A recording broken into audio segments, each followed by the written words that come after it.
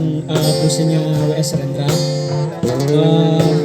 Ada yang bilang banyak orang membaca puisi bukan untuk memecahkan sebuah persoalan, tapi untuk menemukan kembali emosinya yang hilang.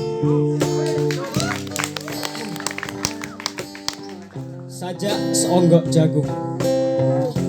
jagung di kamar, dan seorang pemuda yang kurang sekolahan memandang jagung itu. Sang pemuda melihat ladang, ia melihat petani, ia melihat panen. Dan suatu hari subuh, para wanita dengan gendongan pergi ke pasar. Dan ia juga melihat suatu pagi hari di dekat sumur, gadis-gadis bercanda sambil menumbuk jagung menjadi maizena. Sedang di dalam dapur, tungku-tungku menyala. Di dalam udara murni tercium kue jagung. Seonggok jagung di kamar, dan seorang pemuda. Ia siap menggarap jagung. Ia melihat kemungkinan otak dan tangannya siap bekerja.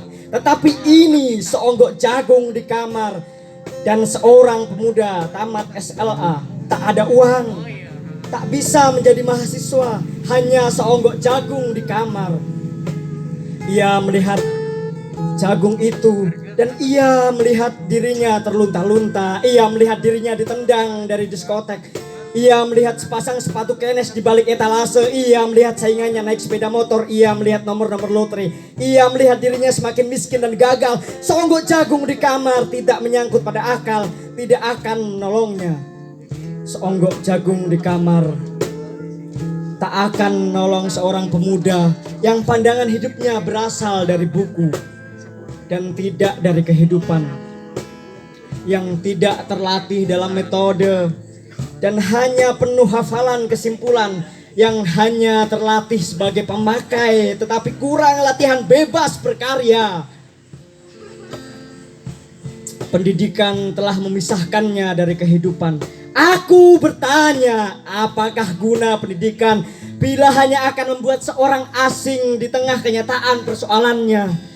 Apakah guna pendidikan bila hanya mendorong seseorang menjadi layang-layang di ibu kota, kikuk pulang ke daerahnya? Apakah gunanya seseorang belajar filsafat, sastra, teknologi, ilmu kedokteran, atau apa saja bila pada akhirnya ketika ia pulang ke daerahnya lalu berkata, di sini aku merasa asing dan sepi.